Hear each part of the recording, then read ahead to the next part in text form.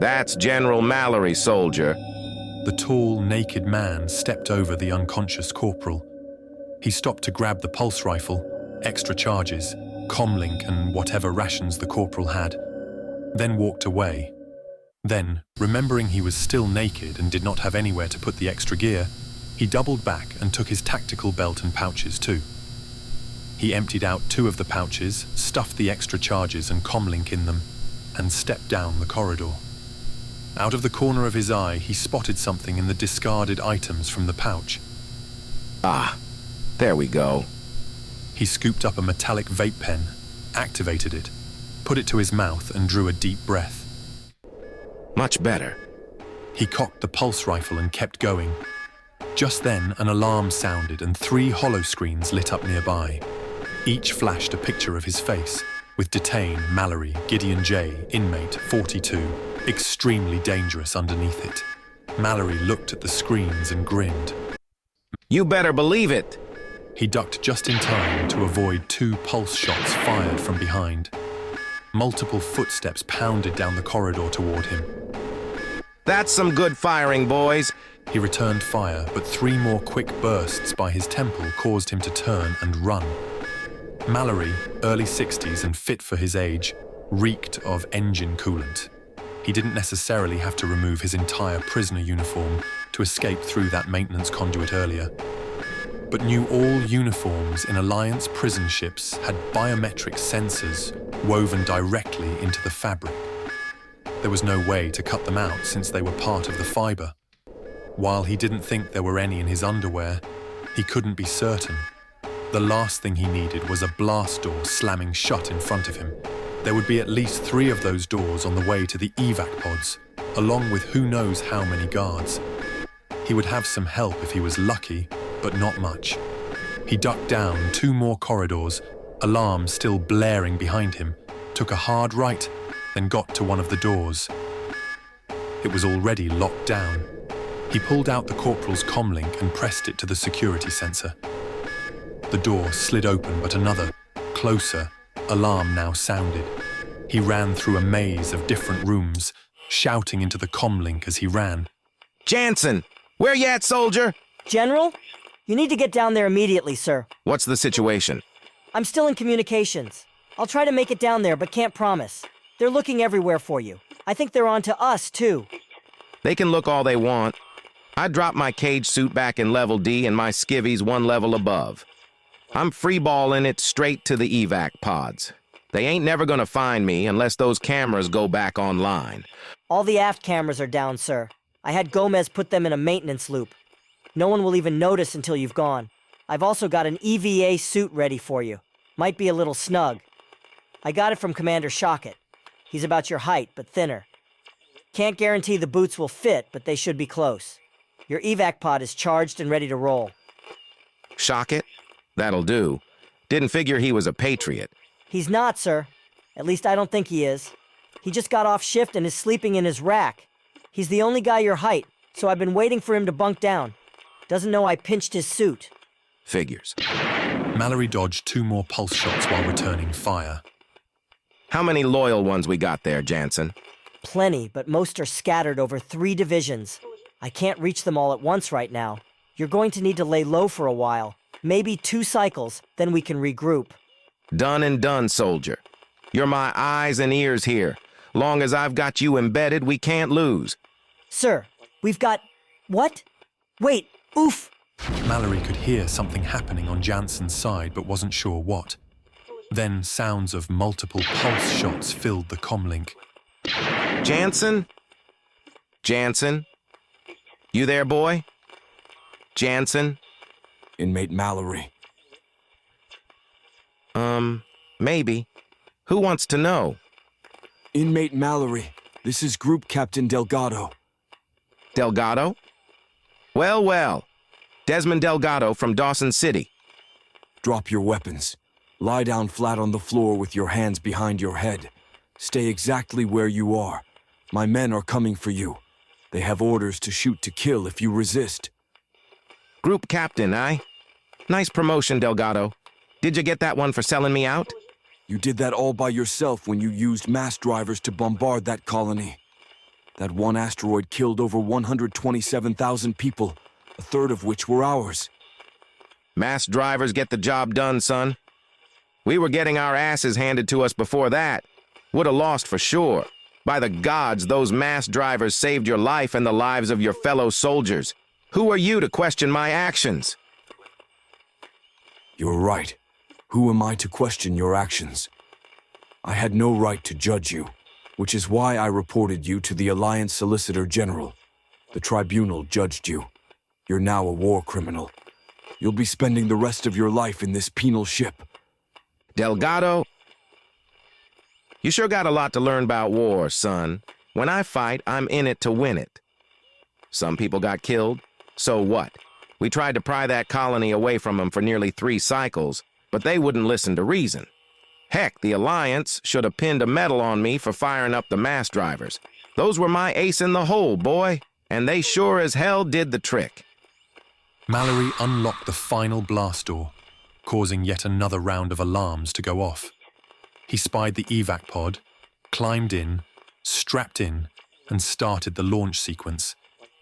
He put on his helmet, clicked his visor down, and could feel his EVA suit pressurizing. He heard Delgado through the comlink in the helmet. It's over, Mallory. Stand down now. Don't think so. Mallory lurched back in his seat as he punched the thrusters. Don't you worry, we'll be seeing each other again real soon. Gotta build me a new army first. Halfway there already. Actually, you're not. We've already got Jansen, Gomez, and most of the others. We've been monitoring them for nearly a half cycle now. We're rounding them all up as I speak. We're coming for you next. Well, damn. But first you gotta find me. Can't catch a naked man. No sensors for you to track. You're right. It's clear you've ditched your clothing, so we can't track you based on that. We can track Shockett's EVA suit, though, since it appears to be in an aft evac pod that just launched even though he's asleep in his rack. Funny how suits move around like that, isn't it? What? Oh, crap. Mallory dodged the first 2 blasts from the penal ship barely. He knew those were warning shots. The third one was not, shearing the vertical stabilizer off the evac pod, causing it to spin out of control. The pod shuddered, lurching wildly. See you in hell, Delgado! Mallory careened away from the ship and into deep space. Seriously, does anyone understand what it's saying? They all looked around at each other in between munching clumps of orange grass, their long grey necks swaying gracefully as each head turned to the next. None of them knew what it was, why it was here, or where it had come from. They had never seen anything like it. It was small, only coming up to their haunches. It had no tail. How did it balance? It just had 2 legs as far as they could tell, though each time they attempted to look around its backside, it kept turning to face them. It came from the sand, somehow. Hardly anything comes from there. The parts they did recognize were odd. Its head was round and shiny at first, until it removed it, no joke, and another head appeared in place of it. This new head was more expressive. It had eyes like them, and a mouth. The mouth had short, stubby teeth. It had this other thing in between its eyes and its mouth. They had never seen anything like that, and assumed it must have been a birth defect. One of them wanted to ask about it, but another nudged and said it wouldn't be polite. I think it might be lost, or visiting. Mallory. My name is Mallory. General Mallory. I need water. It must be visiting. Definitely visiting. From afar. We've got a nice place here, Said another, nodding in agreement as the wind blew through its fur, causing it to shimmer. What's it saying now? It keeps blathering and pointing to its mouth. Now it's on its knees and waving around 2 of its appendages. Food. Maybe it's something about food. I think it's begging us to eat it. It's not begging us to eat it. Who does that? That's the stupidest thing you've ever said. My ship crashed. The bastards tried to lock me up, but I escaped. They accused me of war crimes. Me! No, I'm not kidding. Think about it for a minute. It came to us from the sand, making a lot of noise, waved its appendages around, got on its knees, assuming those are knees, and now it's pointing to its mouth repeatedly. How is this any different than the atmospheric krill we consume each cycle? Okay, I don't normally agree with this one, but it makes a good point here. True. The krill also come to us from the sand and announce their presence with that high-pitched chorus they do. It's more of a chirping sound, really. Fine. A high-pitched chirping sound. Then they flap their appendages to get our attention. Then we eat them. Right? Then we eat them, fertilize the ground with their eggs, then more krill are born, and those eventually come back and it all starts again. How is this different? So, if we eat it, we would fertilize the ground with its eggs, causing it to reproduce. I believe so, yes. Interesting. What is this moon? I'm from the United National Alliance. Here. What's it doing now? Looks like it's making marks of some sort. In the sand? Are they marks of contrition? It must have done something really bad. Yes, I think so. Circles. Look, one is apart from the other circles. It's been cast out, clearly. It's showing us that it's no longer welcome in its own group because of something it did. It has no meaning, no purpose. If it's been cast out, no wonder it wants us to eat it. It's motioning back to the horizon, toward that plume of smoke. It looks like a funerary plume. Like the kind we made for our cousin many cycles ago. Maybe it's not a funerary plume? Of course it is. What else could it be? This one has a point. Funerary plumes are only made for those who passed or are about to pass. Exactly. Further proof that it wants us to eat it. What other conclusion could we make? Does anyone understand what this creature is saying and doing? Anyone? Wait, what's it doing now? It's pulling its own hands off. Run. Gross! Disgusting! Wait! No, look. It's got more hands now. So, it can decapitate itself, cut off its own hands, then regenerate them on the spot. It can recreate itself, like the krill. Wish I could do that. That could come in pretty handy. Get it? Handy? I need food, water. I really think it wants us to eat it. Look, it came from the direction of the setting suns, at the very beginning of our annual feeding cycle. Is that today? I'm going to build a new army. When I do, it's payback time. Yes, right. At the very beginning of our feeding cycle. For it to arrive here, from that direction at this time, then prostrate itself in front of us, like this. All while making sacrificial chanting noises. I need food, water, star charts. Don't forget it repeatedly pointing to its mouth. Look, it's doing it again. Yes, absolutely. Noises, mouth. I'm actually starting to agree with you here. Maybe we are supposed to eat it. What would something like this even taste like? What if I don't like it? You need to at least take a bite. Yes, one bite. Be a good sport. By the gods, they haven't seen the last of me. Which head should we eat? Which hands? I want the ones on the ground. They messed with the wrong guy. I'll be back. Hey, it stopped moving. Is it dead? Maybe it's dead. Definitely dead. Poke it. With what, specifically? With one of your hooves. Yes. One of your hooves. You poke it. I'm not going near that thing or touching it with any part of my body. It can't hurt you. It's dead. Then why do you all want me to touch it? Just to make sure. Yes, to make sure. To make sure. Wait, it's moving again. It's stretching one of its appendages out toward us. It's making that sound again. And motioning to its mouth. Like I said, we're supposed to eat it. Agreed? Agreed. Agreed. Agreed, unless... Unless what? Instead of eating it, what if we gave it our breath? Seriously? You're kidding, right? You actually want us to give that thing our breath? Well, yes.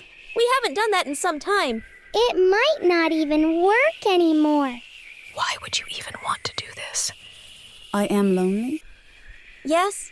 We're all a bit lonely, I suppose. I am lonely too. I miss our cousin. I miss our cousin too. So, we give it our breath? Agreed. Agreed. I still think it wants us to eat it, but I suppose so. Agreed. They gathered tightly around it, their necks increasingly intertwined, their heads pointed to the stars. Each of them inhaled deeply until their fur changed color to a deep violet. As they inhaled, a low hum emitted from somewhere beneath them. The hum grew louder, accompanied by a steady vibration that slowly shook the ground near their hooves. Small pebbles began to hover near them and the man. The wind whipped around them as the hum grew even louder. Then, all at once, they plunged their heads down at the man and exhaled until every last fraction of breath left their lungs. The hum stopped as suddenly as it started. They stared at the man, who still did not move, until he did. Slowly. He got to his knees and just sat there, disheveled, his face covered in dirt and sand on one side from when he collapsed. Spittle dribbled out of the corner of his mouth. He swayed slightly in the breeze. Then he wiped his eyes and looked around. He looked up at them, confused. Then he smiled. He smiled even more as he truly saw them for the first time. What is this place?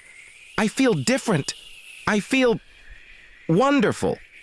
Cousin? Can you see us? Can you understand us? We are here. I understand you. I see you. How is this possible? Are you hungry? Yes, I am.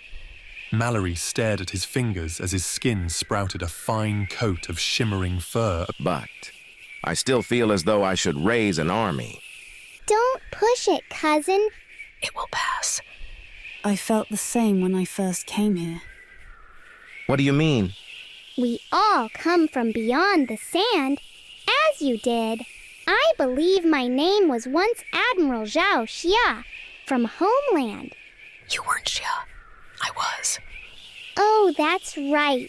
Who was I again? You were Balrek Nagoroth of... let me see. Of the matriarchy. Yes, I think so. It bowed its long neck in shame. I don't remember much, but no, I was awful. Truly awful. I think I was Grand Thras in Andara. I was God Conqueror Lucius Den of the Rogue Planet. I know I did terrible things. But how? This place seeks you out. It has a way of drawing those in who need it the most. But don't know they need it. Once you're here, once you have been given the breath, your former self fades. Sometimes it comes back, fleetingly, then fades even deeper. I am surprised I remembered my former self just now. Agreed. Mallory thought about it for a moment, then looked down at his feet. He could feel them turning into hooves, the tips of which now poked through his boots. Maybe I will raise an army later. Perhaps. That's nice. Plenty of time for that. Come, cousin, graze with us, then we will go build that... What was it again? An Arnie? Yes, I think. An army. Fine. We will graze, then go army building. Yes, let's graze first. Agreed. Agreed. We will save the lower ones for you until your neck grows. They continued grazing on the grass, alongside the man who was no longer a man, luminescent in the setting suns.